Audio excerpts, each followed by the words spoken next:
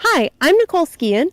This is Porter, and today we're going to talk about one of the most important things you could ever teach your dog, and that's how to come when called.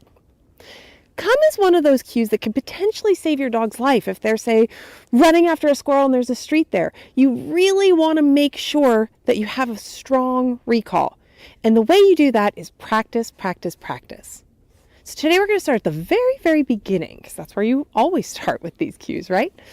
And we're going to teach our dogs on a leash. So you're going to need your dog on a 6 or 8 foot leash. And the reason we have this is because we want to make sure that the dog understands from the very start that come is not an option.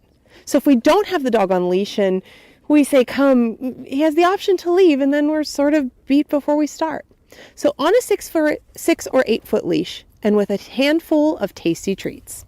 And now what we're going to do is we're just going to release the dog and we're going to let him do whatever the heck he wants. He can sniff, he can move around, he can find a stick on the ground or whatever.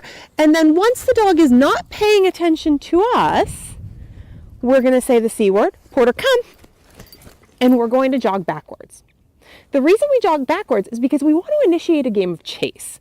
Dogs love chase. And if you've ever tried to chase your dog when they have something you don't want them to have, you know that when you chase them, they just run faster. Doing come this way turns that around. It's a little bit of reverse psychology so that the dog starts chasing you.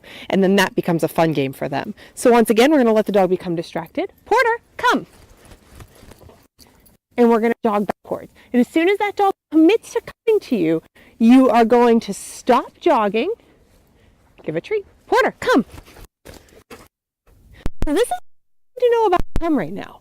We're going to get into coming at a bigger distance or eventually coming off of leash.